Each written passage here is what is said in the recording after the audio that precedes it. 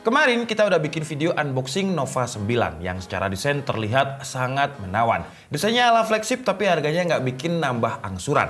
Tapi apakah performa dan fiturnya bisa bikin kita gregetan? Ya udah, nggak usah kebanyakan omongan. Selamat menonton, yang di chat hai doang udah deg-degan. The first Harmony OS with flagship camera at mid-range price. Itu adalah slogan dari Huawei Nova 9. Kenapa Harmony OS ini begitu digencar-gencarkan sama Huawei? Karena ini adalah OS baru dari Huawei yang fiturnya belum ada di brand lain. Cuman untuk pasar Indonesia, operating systemnya secara default masih EMUI 12. Kalau misalkan kalian pengen upgrade ke Harmony OS, caranya tinggal masuk ke aplikasi My Huawei, terus pilih regionnya Hong Kong, dan cek for updates. Udah gitu aja. Dan pastikan kalian update ya, karena device yang udah pakai Harmony OS bisa berharmoni dengan sangat seamless. Contohnya di Huawei Nova 9 ini, kalau kita mau koneksikan dengan MatePad 11 tinggal klik aja.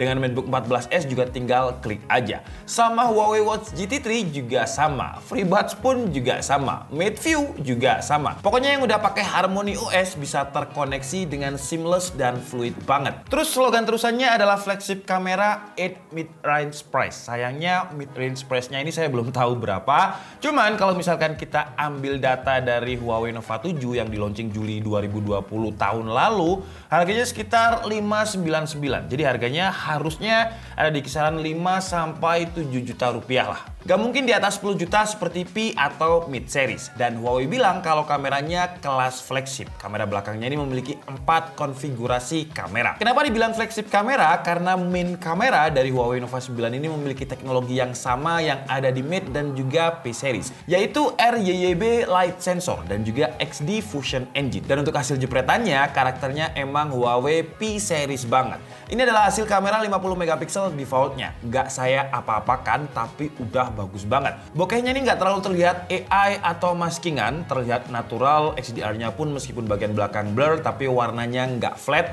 Objek daunnya juga terlihat stunning dengan super detail banget. Tapi warnanya nggak terlalu oversaturated. Kalau untuk hasil lensa ultrawide dan juga wide-nya ada perubahan karakter warna.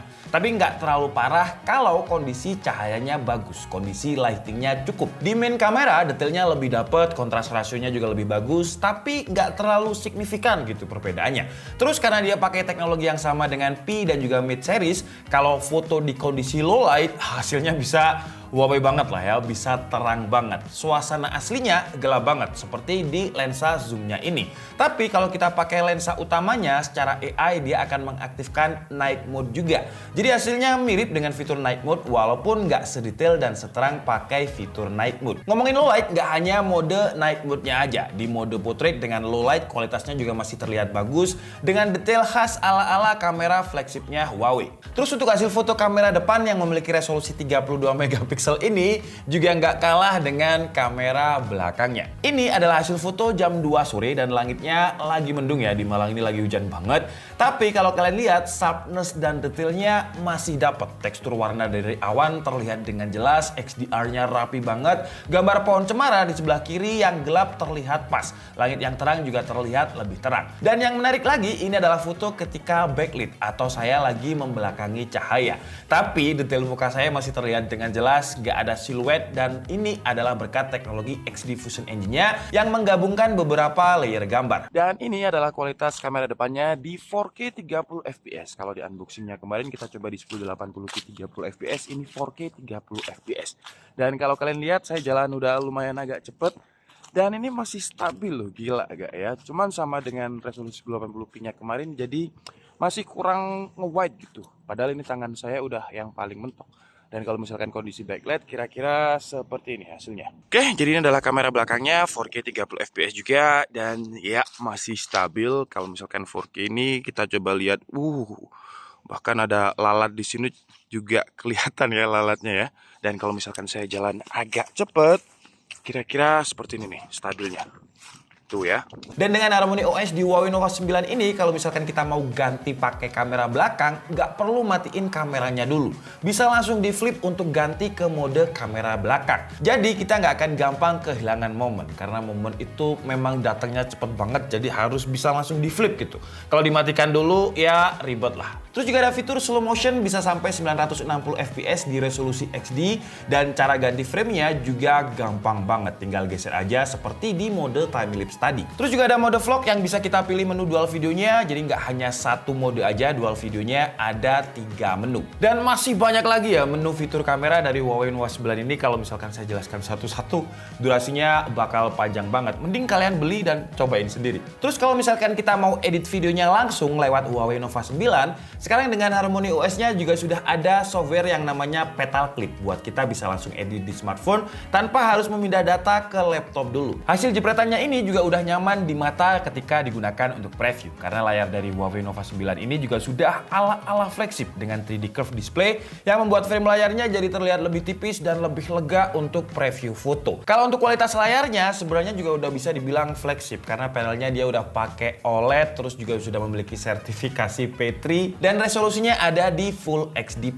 Gak hanya itu, refresh rate-nya juga udah 120 Hz dengan touch sampling 300 Hz. Jadi selain nyaman di mata untuk preview foto atau streaming film, buat ngegame juga enak. Refresh rate yang tinggi ini ibaratnya kayak megang kulitnya bayi. Jadi smooth, licin, dan halus. Kalau kita gunakan main game, feel-nya bisa lebih responsif. Ngomongin main game di Genshin Impact dengan resolusi Full HD, grafiknya ada di low, dia bisa ada di kisaran 50-60 fps. Kalau kita naikkan grafiknya ada di high, fps-nya bisa dapat average 40. Di PUBG dia dapat settingan smooth extreme 60 fps dan stabil, gak pernah turun. Gak ada masalah kalau digunakan untuk ngegame. BTW untuk chipsetnya dia pakai Snapdragon 778G, GPU-nya pakai Adreno 642L dengan memori RAM 8GB, internalnya 256 GB. Tapi entah chipsetnya yang emang power efisien atau tuning Huawei Nova 9 yang bagus, karena ketika saya coba main game Genshin Impact selama hampir 1 jam, suhu surface permukaannya nggak panas sama sekali dengan di kisaran 34 derajat Celcius. Dan untuk suhu temperatur CPU di dalamnya pun juga stabil. Ketika saya coba pakai CPU throttle selama 30 menit, nggak ada yang namanya throttling atau overheat. Padahal ya untuk Huawei Nova 9 ini dimensinya tipis dan juga ringan, tapi sistem coolingnya bagus banget. Dia bisa menaklukkan Snapdragon 778G. Tapi ada sektor yang Huawei Nova 9 ini nggak ikut-ikutan tren HP flagship. Karena kalau misalkan HP flagship itu kan biasanya kita nggak dapat adapter ya. Tapi untuk Huawei Nova 9 ini kita dapat adapter. Dan adapternya gede banget, 66 watt. Jadi bisa digunakan untuk ngecas MacBook juga. Huawei Nova 9-nya juga support fast charging 66 watt. Nggak ada sejam untuk isi baterai yang kapasitasnya 4050 mAh. Terus kalau untuk daya tahan baterainya lumayan awet dengan Netflix selama 48 menit berkurang sekitar 7%, Genshin Impact 45 menit berkurang 20%, dan PUBG 1 match berkurang 10%. Terus untuk sensor-sensornya juga udah lengkap. Kalau kalian tanya apakah ada NFC, jelas ada. Karena cara kerja Huawei Share dan juga Super Device itu pakai NFC. Oke, jadi cukup segitu aja video review dari Huawei Nova 9, smartphone mid-range rasa flagship yang jujur aja saya belum tahu harganya ya. Cuman kalau saya lihat dari fiturnya, feel-nya, dimensinya, trendy dan juga stylish desainnya, sepertinya harganya bakalan lebih mahal kalau dibandingkan dengan smartphone kelas mid-range lain yang udah masuk resmi ke Indonesia. Tapi apakah worth it kalau misalkan Huawei nanti jatuhnya lebih mahal dibandingkan dengan brand lain? Menurut saya sih masih worth it banget. Apalagi kalau kita punya ekosistem Huawei dengan Harmony OS.